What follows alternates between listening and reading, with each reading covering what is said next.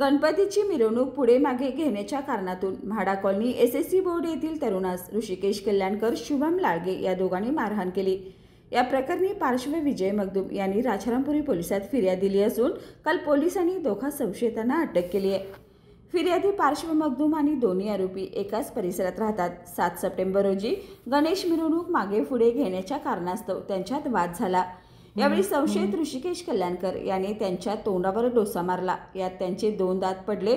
तर पुन्हा काल रविवारी दोघा आरोपींनी पार्श्व यांच्या घरासमोर येऊन शिवीगाळ केली।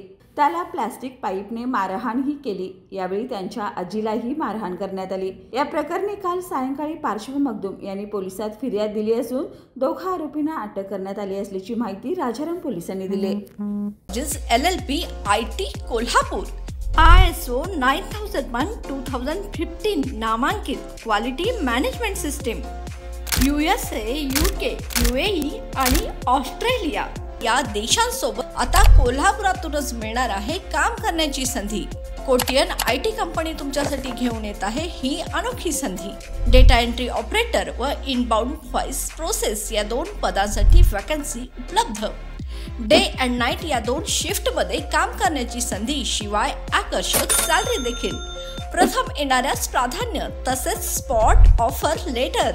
तर आजच भेट द्या Kotian info technology LLP IT कंपनीला आणि तुमचा जॉब आजच निश्चित करा।